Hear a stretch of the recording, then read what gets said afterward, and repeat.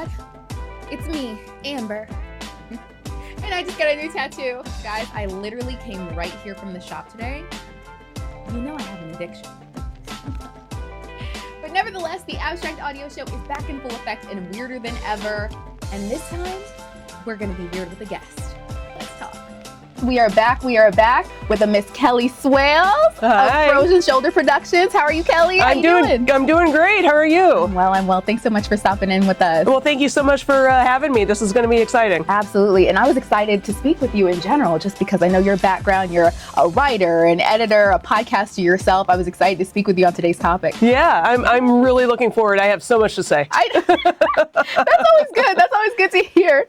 So last episode, we really talked about secrets and mysteries and humanity's kind of obsession with hidden knowledge a lot. Yeah, I'm not sure if you saw the episode, but it really got me wondering, what if some information isn't actually hidden? What if there's just kind of that barrier in between us grasping it, right? And that's where language comes into play. Sure. And the concept of other languages has just always been so fascinating to me, just that separation and where we could get if that barrier was broken down. Right. That language shorthand that I have growing up from rural Illinois is going to be different from like maybe your background or something. First, of course, I'm thinking, our neighbors are next door, but then you get to thinking on a global scale and on a human level as well. Like there's just that barrier, something that's holding us back, I feel like from evolving almost. Yeah, I would say that. I think there's a thing that happens, and I'm sure that the science and the scholarship is more nuanced than what I'm about to say, but there's something that comes from like the language that helps shape your culture. Yes. So a lot of like different languages, whether we're talking about language in terms of worldwide globally or language in terms of just even our like little microcosms, a lot of the culture is derived from that. So whenever you're not speaking the same language, either actual language or metaphorical, then you've got a disconnect there, and it makes it harder to connect with people. It really does. It really does. And like that's another thing that kind of blew my mind while researching this episode, because there are words, that exist in other languages that don't even like have a direct English translation. And just that concept, just the idea that I could, as I was saying earlier, take something from my mind and put it into yours as well is just so crazy. And I do wish we could get to that level as a human race. Well, what's interesting to me, earlier, before we hit record, we spoke about this a little bit. What's so interesting to me in terms of like language and whether it's written or visual, as in movies, or audio just in music or whatever, we all consume language, but we filter it through what I like to call our mirror. And this is what I always talk about whenever I talk about art. Like we always view art through our own mirrors.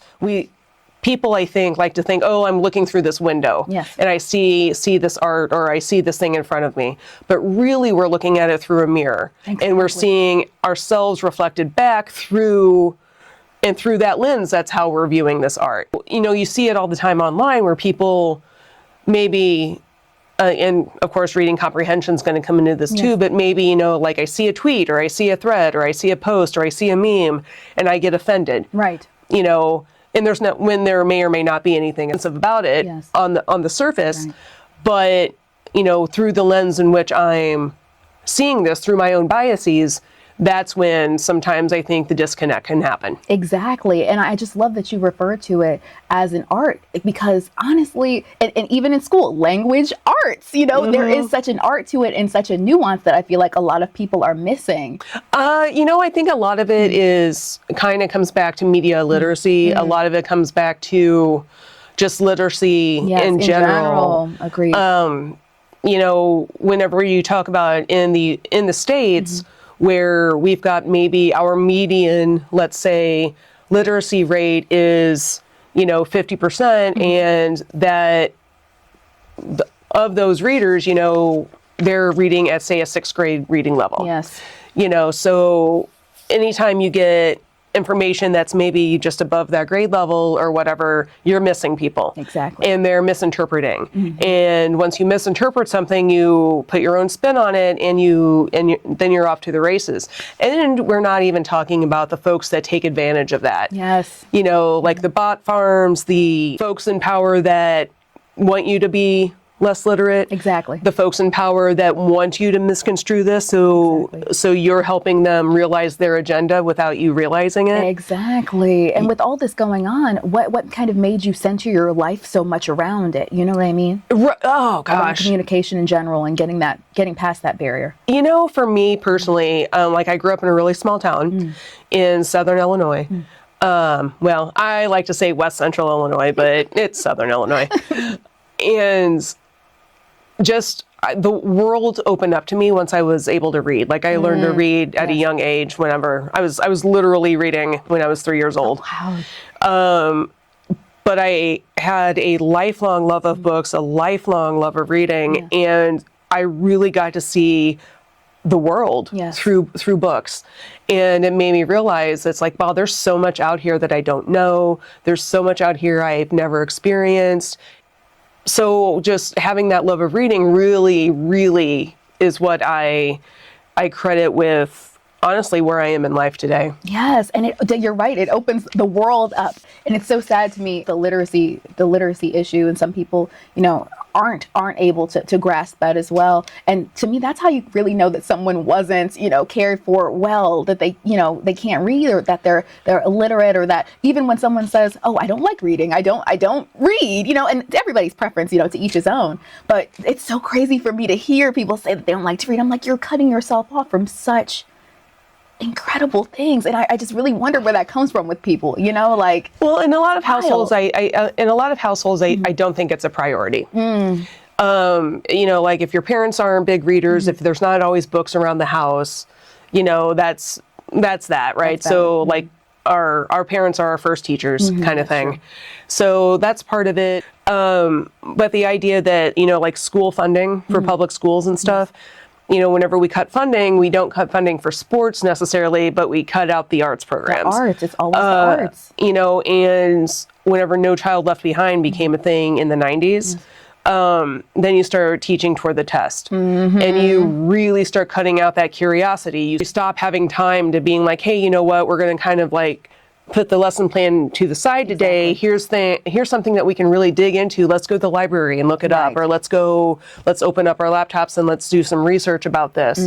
You know, you don't have that space. And so when you kill that curiosity, whenever you kill the idea that this information's out there and you have to filter that information when you're doing research into what's true and what's not and that sort of thing. When you really start to kill that, then you lose sight of what's important. So much. And I think part of it is, too, honestly, in terms of its accessibility, I think film can be really, really great in terms of reaching a wide audience in a short period of time. You know, I mean, obviously right now in the film sphere, films are getting longer and longer. It's not unusual right now to have a 3-hour movie. Right. But, you know, for a long time,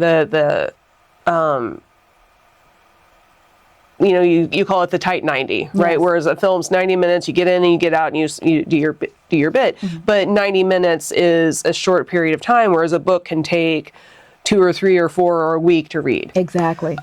So in terms of like immediate accessibility, you're looking at films, you're looking at television, you're looking at these shorter formats that take less time for people to consume. Absolutely. And I'm glad you mentioned movies as well, because such a big point in movies especially is the superhero thing and, you know, things like that. And every time I think, hey, I would love to have a superpower, it's always like telepathy. Oh, really? To be honest with you, like, I don't know why. I don't know if it's like the writer in me. I would just love to know what was on people's mind. I guess maybe to break down that barrier, you know, a little ahead of time. But okay, so sidebar, have you ever seen, I think it was early 2000s, a movie called What Women Want? No. You know, it sounds familiar though. Now it's stars Mel Gibson. Boo, we don't like him. Right. But Mel Gibson and Helen Hunt. Oh, okay. And it's basically where Mel Gibson's character is kind of a womanizer, and he has an accident where he wakes up from his accident and he can suddenly hear all the thoughts of all the women around him. Oh,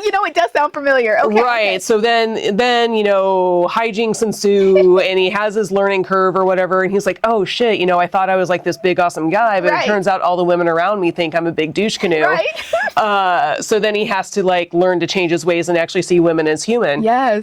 So I think like, I will say I would not pick telepathy for my superpower. I think that if you could actually hear what other people are thinking, you would have to really take a hard look in the mirror about Yes. yourself. Absolutely. Absolutely. And you want to be one of those people who can just brush things like that off, but I feel like that constant bombardment of hearing it would definitely affect you. One of my favorite mantras is, your opinion of me is none of my business. Literally none of my business. Literally none of my business. You can like me, you can Keep it hate to me, yourself. yep, whatever. Life goes on. Exactly. I don't gotta know. My superpower that I would love to do, or that I would like to have, is the ability to stop time. Oh my God. If my alarm went off in the morning and I could stop time and actually Just like freeze sleep it. until I want to wake up, Oh my God. Oh God. I'm telling you. Wishful thinking. Wishful thinking. It's the time blind. It's time blindness for me as well, because I'm just always, I feel like a couple minutes behind. I'm just always, work, the commute. Oh my God. It would save so much. Oh yeah. It would save so much. Oh right. Or like you're at a party and it's like I just need to be away for 2 seconds. 2 seconds. Yeah, just stop the time. Just the noise goes away. Yes. I just need 3 minutes. Absolutely. And then you start it back up and you're right back in the game. Exactly. Oh, we could all use that. We could all use that. And every time it comes up in movies, I'm just so amused. I just love it so much. Just wishful thinking, I suppose. And even I noticed too, on the topic of movies as well, it really is humanity's almost superpower, because it not only reading in general, it can let you communicate with the dead. It can let you preserve a thought, and that's art in general, just preserving it. We can hear the minds of people millions, thousands of years later. And that's just so incredible to me, and just extending the human memory more so than what we have already.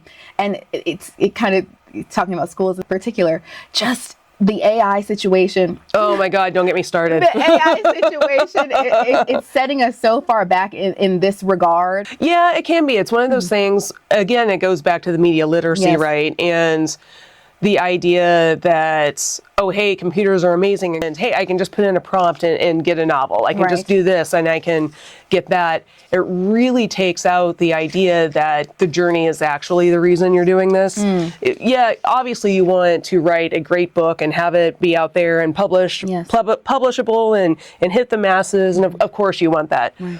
But in order to be able to get to that point, you've had to write, 1,000,000 words Exactly. to get there, so you can learn how to talk about, and you can like put your experiences into it and everything, and that's something that generative AI can't do. It Exactly. can only look back. It can't look forward, and also it's not human. It can't easily convey that human experience that we all go through. Exactly. I wholeheartedly agree. And there are some aspects of it that I'm like, okay, like even Google Translate, people go out the country and they travel and they, pull up their phones and, instantly there's that bridge that's breaking down. And it just makes me feel like, are we moving towards the future? And if so, what's next? Right. Yeah. Well, I don't know if we're I think in an ideal world, Right. we're moving forward and breaking down these barriers, but at the same time, more barriers are being put up. Whether it's political ideology, whether it's religious ideology, all of these things, we're, I think, increasingly, to your point, kind of being siloed into our little buckets where we don't have to think any differently than we want to think, or Exactly. talk any differently than we want to think, or be any differently than we want to think. We don't want anything, we want like frictionless lives. Exactly. And that's not how you learn, and that's not how you grow. You need to be challenged, and you need to challenge others. Exactly. Respectfully, of course. Exactly. And scary for some people too, because in a world that even we can communicate human to human, and we still have such miscommunication, such misunderstandings, as you were saying earlier. And it's scary to think that it's either progressing in a way where we can speak to our animals, speak. Oh my God, it's so funny. It's funnier to me, especially because I have a son. Those movies that have like animals talking and things like that. And I'm not sure if you're like super into this topic as well, but like people, especially humans, tend to think that communication in general is just a human thing, but there's so much that goes on, I believe, it's on an animal level, just birds. I feel like every creature has some way of communicating with one another, and it's not just fun. It's not just for amusement. I think, even dolphins, even they say, are so smart. Oh no, well, that's I guess in my opinion, that's part of what consciousness is. Yes. Right. Like trees communicate. Yes. Through their root systems. Exactly. Animals all communicate with their, maybe they don't actually have a vocalization language. Exactly. But they still communicate. It might be through pheromones, whatever, but they're still communicating, and you have to be able to communicate if you're going to live in a society. Exactly. Whatever that society is. Exactly. Yeah. Us being around, humanity, only being around for a relatively short period of time in comparison to some of these animals, that's just really a testament to the fact that they can't communicate, because how would they still be here otherwise? They must have some kind of system in place to have gotten them this far. Have you seen the Instagram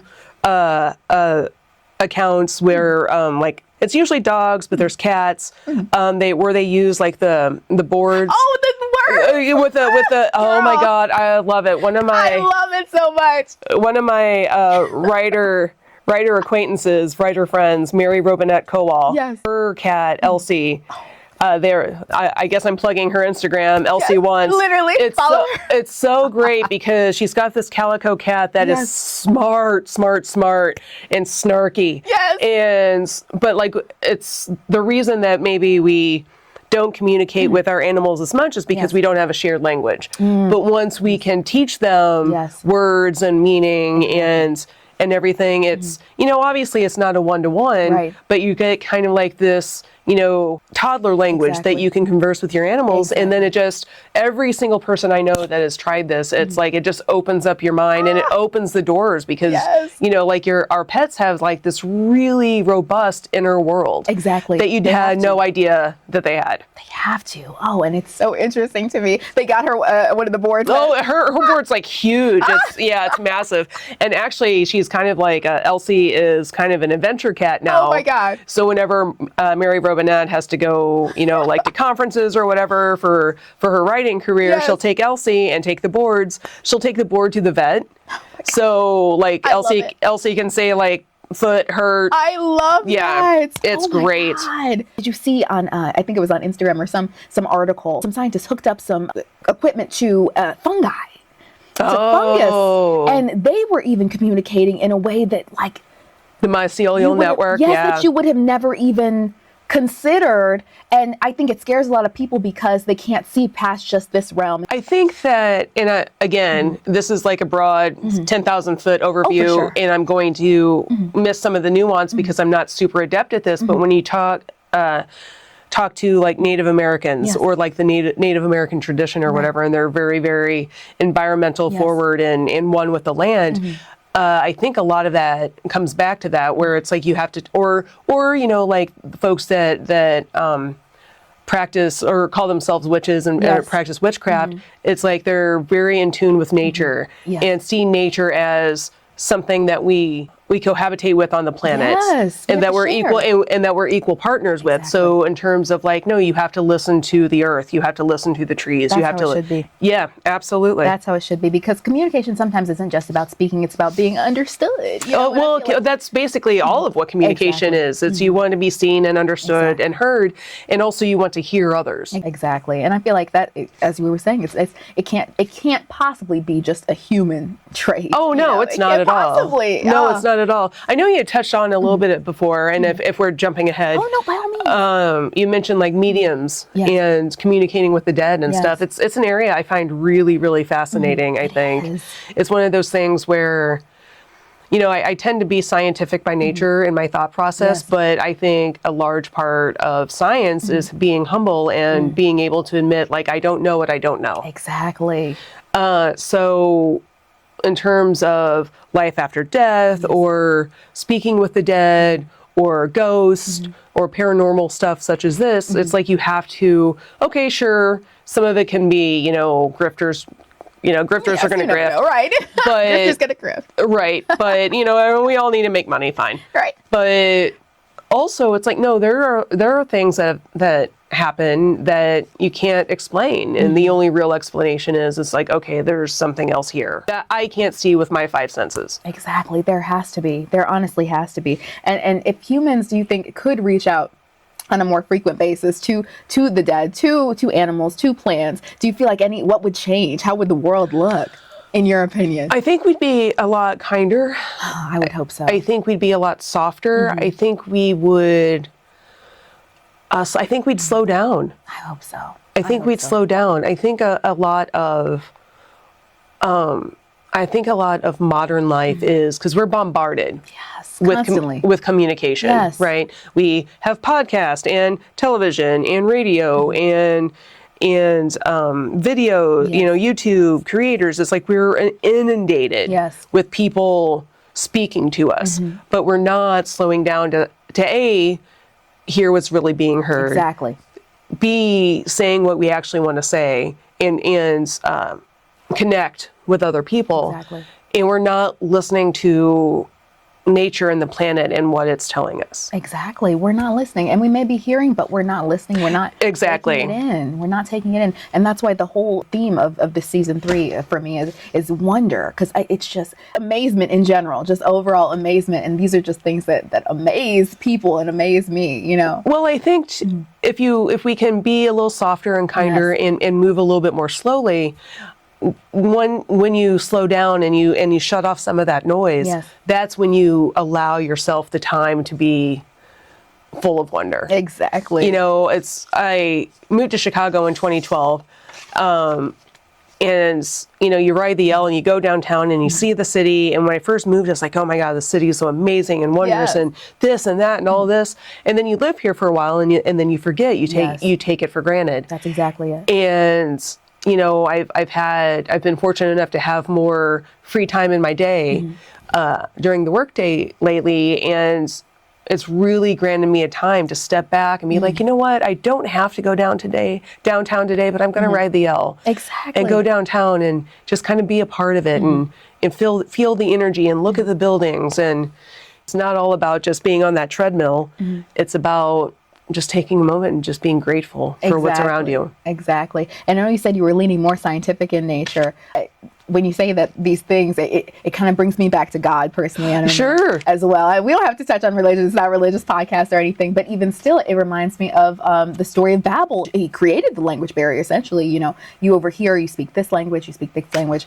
And I think there's something to be said about a certain level of separation, that you kind of have to be separate from something to really appreciate it sometimes. Sure. Like, you really have to, as you said, take a step back to appreciate everything that's going on around you. Well, I don't tend to be a religious person, but I do think what you're talking about is, spiritual, Yes. right? It's like, like what else is there? Is there, what came before, what comes after? Exactly.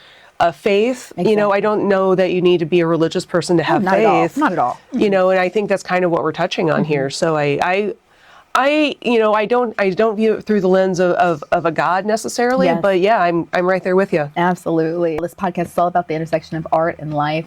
And, that I think you just wove it all together so beautifully. I want to thank you so much for taking the time out and let people know where they can follow you. Excuse me. Absolutely. Well, first, thank you so much again for this invitation. This has been wonderful, and I loved being a guest. People can find me. My personal accounts are Kelly Swails. I'm on Threads, Instagram, Facebook, what have you. My production company is called Frozen Shoulder Productions. We are currently just producing podcasts, but we will eventually be transitioning into producing film. I know it. Soon.